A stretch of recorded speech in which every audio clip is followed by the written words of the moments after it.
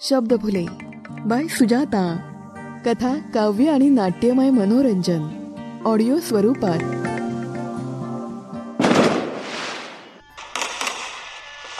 नमस्कार.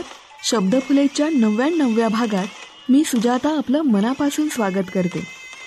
शुभ दीपावली. मित्रांनो, दिवाळी आली आहे आणि दिवाळीच्या खूप शुभेच्छा आपण एकमेकांना देतो. नुकताच मला एक संदेश मिळाला ज्यात दिवाळीच्या अगदी आगळ्या वेगळ्या शुभेच्छा दिल्या आहेत. त्या शुभेच्छा पाठवल्या आहेत विनोदी कथालेखक दत्ता जोशी सर यांनी. ऐकूयात. 2 वर्षांनंतर बिना मास्क, सॅनिटायझर आणि सोशल डिस्टन्स नसताना आलेली ही दिवाळी आपणास खूप आनंदाची आणि भरभराटीची जाओ ही शुभेच्छा. उठण्यापासून लाटण्यापर्यंत, तसंच कोरोनाच्या काळात पोलिसांच्या फटक्यापासून फटाक्यापर्यंत प्रवास करत करत आलेल्या माझ्या सर्व मित्रांना आणि मास्कच्या गोंधळामुळे चुकून झालेल्या माझ्या मैत्रिणींना ही सगळीच्या सगळी दिवाळी भयंकर आनंदाची जाऊ ही सार्वजनिक शुभेच्छा देऊन मी काही शब्द बोलू इच्छितो. उठा उठा, दिवाळी आली. मेसेज कॉपी पेस्ट करण्याची वेळ झाली. मित्रांनो, जुन्या काळात वावरत असल्यासारखं वागू नका. म्हणजे सकाळी लवकर उठणं किंवा उठणं वगैरे लावून आंघोळ करणं या अश्मयुगातल्या गोष्टी सोडून द्या. त्यापेक्षा चुकून लवकर उठलातच तर अगोदर स्टेटस अपडेट करा आणि सगळ्यांना न चुकता दिवाळीच्या शुभेच्छा पाठवायला सुरुवात करा. जरी या गोष्टी आपल्याला पटत नसल्या तरी ते एक सामाजिक कर्तव्य आहे, हे विसरू नका. अहो, थोडं काळानुसार बदलायला आणि वागायला शिका. अगदी घर बसल्या बसल्या दिवाळी साजरी करा. प्रत्येक मेसेज पूर्ण वाचत बसण्यापेक्षा अगोदर तो तातडीने 5-5 जणांना करून एकूण एक व्हॉट्सअप मेंबर्सना आणि ग्रुपवर पाठवून द्या. यामुळे तुमचे सामाजिक संबंध चांगले राहतील. असं केल्यावर मन बघा किती प्रसन्न होतं ते. त्याचबरोबर दिवाळीच्या संदर्भात तुम्हाला जर काही माहिती गुगलवर किंवा दुसरीकडे कुठे मिळाली असेल किंवा तुम्हाला त्या संदर्भात काही लेख वगैरे आलेला असेल तर वाचण्या बिचण्याच्या फंदात न पडता अगोदर तो फॉरवर्ड करा. त्यामुळे तुमचं ज्ञान अद्ययावत आहे हे नकळत दिसून येतं.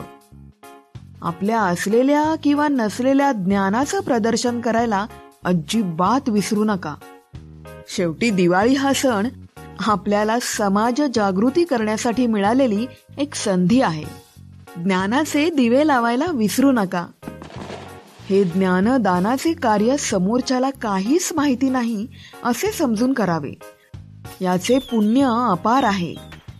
असे केल्याने मित्र मैत्रिणींचे अखंड सुख प्राप्त होते. अनेक नवीन मित्रमैत्रिणी सुद्धा प्राप्त होतात.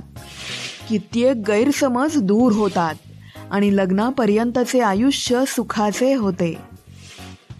मित्रांनो, कोरोना पूर्णपणे गेलेला नाही, तेव्हा सोशल डिस्टन्स तोडून लगेच कोणाच्याही गळ्यात पडू नका. आपण उत्साहाच्या भरात चांगल्या मनानं एखादी कृती करायला जातो, पण सगळं जग तसं नसतं बरं. आता मागच्याच वर्षाची गोष्ट. माझा एक मित्र असाच चांगला वागायला गेला आणि परिणामी बिचारा अजून हॉस्पिटलमध्ये ऍडमिट आहे. बिचाराचा काही दोष नव्हता. काय झालं, चेहऱ्याला लावलेला मास्क सारख्याच रंगाचा असल्याने बायको समजून त्याच्याकडून भलत्याच बाईसोबत साड्या, ड्रेस वगैरे अशी दिवाळीची शॉपिंग केली गेली. आता होते चूक एखाद्या वेळेस, माणूस आहे ना, चूक होणारच. पण बायको या गोष्टीवर विश्वासच ठेवायला तयार नाही. परिणामी त्याचा चष्मा आणि दात अनुक्रमे फुटले आणि तुटले. सध्या मुक्काम हॉस्पिटलमध्ये आहे. बिचाराला मास्कचा एवढा धसका बसलाय की दात उपटताना देखील तो मास्क काढायला तयार नव्हता. खरं म्हणजे अशा पीडित पुरुषांना आपण नैतिक सपोर्ट करायला हवा. एक गोष्ट स्पष्ट करतो, ही व्यक्ती म्हणजे मी नाही बरं. आधीच सांगितलेलं बरं. दिवाळीत जरा जपून राहा, कारण आपण पडतो स्वभावाने साधे आणि भोळे. चुकून काही आकर्षक रंगीबेरंगी फटाक्यांच्या नादी लागाल आणि त्यामुळे घरी मोठमोठे स्फोट होण्याचा धोका सांगता येत नाही. आणि भलतेच दिवे लावत फिरू नका. दिवाळीचा संबंध दिवाळ निघण्याशीही असतो हे विसरू नका. उगाच कधी नव्हते लाडात येणाऱ्या बायकोच्या स्मित हास्याला तुम्ही भुललात की तुमच्या खिशाला कात्री लागलीच समजा. जाऊ द्या, जास्त मनाला लावून घेऊ नका. या दिवाळीत ना मी काही व्यवसाय करायचं ठरवलंय. कोणता सांगतो. आमच्याकडे खास दिवाळीचा टिकाऊ फराळ उपलब्ध तर आहेच, पण त्यासोबत चकल्या कापायला छोट्या करवती, शंकरपाळे तोडायला अडकित्ता, तसंच लाडू फोडायला हातोडी असे दिवाळीची भेट म्हणून एक किट देण्यात येईल.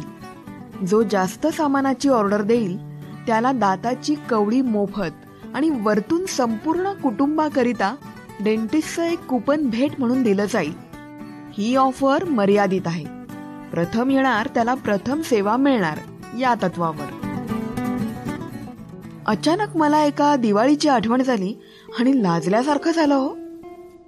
त्या दिवाळीत आमच्या घरी एकदा लग्नात गुलाबी साडी नेसलेली हिची मामे बहीण आलेली होती आणि तिने मला चंदनी उटणं रगडून रगडून लावलं होतं. ते उटणं एवढं सुरेख सुगंधी होतं की मला तर 2-4 दिवस आंघोळच करू नये असं वाटत होतं. पण आमची ही कसलं ऐकते. हिनं राखेने घासलेली भांडी कशी विसळतात तसं मला खंगाळून खंगाळून धुवून काढलं होतं. असो, अशा फराळाहून गोड गोड आठवणी असतात प्रत्येकाच्या आयुष्यात, हृदयाच्या कप्प्यात कुठेतरी खोलवर. त्या मस्त आठवायच्या आणि सुखात राहायचं. कारण कोणाच्या नशिबाचं भुईचक्र कसं फिरेल किंवा कोणाचं रॉकेट कुठे घुसेल आणि नेमका कोणता फटाका केव्हा फुटेल हे ब्रह्मदेवालाही सांगता आलेलं नाहीये. तेव्हा सुखी राहा, सुरक्षित राहा आणि आनंदी राहा. दत्ता जोशी. मनापासून धन्यवाद दत्ता जोशी सर. तुमच्या ह्या आगळ्या वेगळ्या खुसखुशीत शुभेच्छा आपल्या श्रोत्यांना नक्कीच आवडतील अशी मी आशा करते.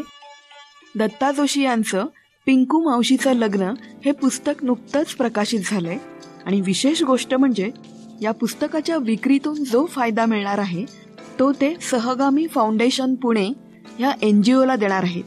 ही संस्था ज्या मुलांनी कधी शाळाच पाहिलेली नाही त्यांच्या शिक्षणासाठी कार्यरत आहे. हे खरंच कौतुकास्पद आहे. दत्ता सर, तुमचं मनापासून अभिनंदन आणि तुमच्या ह्या कार्यासाठी तुमचं मनापासून आभार. हे पुस्तक खरेदी करण्यासाठी संपर्क क्रमांक डिस्क्रिप्शन बॉक्समध्ये दिला आहे. दत्ता जोशी यांची काहीच्या काही चावटपणा आणि हाऊसफुल कविता ही पुस्तकं उपलब्ध आहेत. त्यांच्या लेखनाची लिंक मी डिस्क्रिप्शनमध्ये देत आहे. ती लिंक क्लिक करून तुम्ही त्यांच्या कथांचा आनंद घेऊ शकता. त्यांच्या अनेक कथा शब्दफुलेवर तुम्ही ऐकू शकता. त्यांच्या भावनिक, मोटिवेशनल, विनोदी कथा ऐकण्यासाठी त्या कथांची लिंक ही मी डिस्क्रिप्शनमध्ये देत आहे. शब्दफुलेचा एपिसोड नंबर 69, माझं लग्न आणि वास्तव, मी गोविंदा आणि माझं लग्न, एपिसोड नंबर 57. 48वा एपिसोड आहे अनोखे रक्षाबंधन. तसंच छत्री एक प्रेम कहाणी, एपिसोड नंबर 46 आणि एपिसोड नंबर 43 माझी फेसबुक फ्रेंड. ह्या कथा अनेक जणांना आवडल्या आहेत. त्याचप्रकारे बिनसाखरेचा गोड चहा, एक कळी जी कधी फुललीच नाही, इमाकुलीची गोष्ट ही एक प्रेरणात्मक कथा असून सत्य घटनेवर आधारित आहे. या कथा अनेकांना आवडल्या आहेत. या कथा जर तुम्ही ऐकल्या नसतील तर जरूर ऐका आणि अशाच प्रकारचे लेख, कथा तुम्ही लिहित असाल तर मला जरूर पाठवा. शब्दफुलेवर सादर करायला मला जरूर आवडतील. यूट्यूब, स्पॉटिफाय या ठिकाणी कमेंट करा, लाईक करा. मी तुमच्या मित्रमैत्रिणी जे मराठी कथांवर प्रेम करतात अशा रसिकांना जरूर पाठवा आणि सबस्क्राईब करायला सांगा. तुम्ही शब्दफुले पॉडकास्ट ऐकता आहात, चांगला प्रतिसाद देत आहात. JioSaavn, Gaana.com, Spotify, Apple podcast, YouTube या सगळ्या ठिकाणी तुम्ही ऐकत आहात. पण तुमच्या प्रतिक्रिया माझ्यापर्यंत पोचू द्या. कमेंट बॉक्समध्ये प्रतिक्रिया कळवा. तसंच सुजाता_ शब्दफुले हे माझं इंस्टाग्राम हँडल आहे. शब्दफुले फेसबुक पेज आहे, ते लाईक करा, फॉलो करा.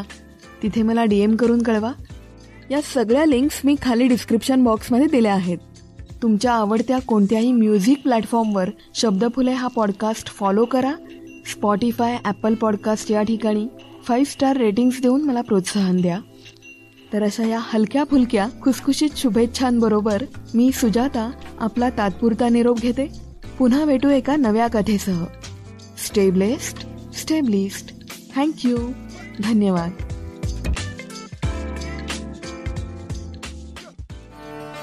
फेसबुक, इंस्टाग्राम आणि व्हॉट्सअपच्या या जमान्यात अनेक चित्रविचित्र अनुभव आपल्याला येत असतात. मंडळी, आपल्या आसपास अशा काही वल्ली असतात की ज्या मनाने कधीच वयस्कर व्हायला तयार नसतात.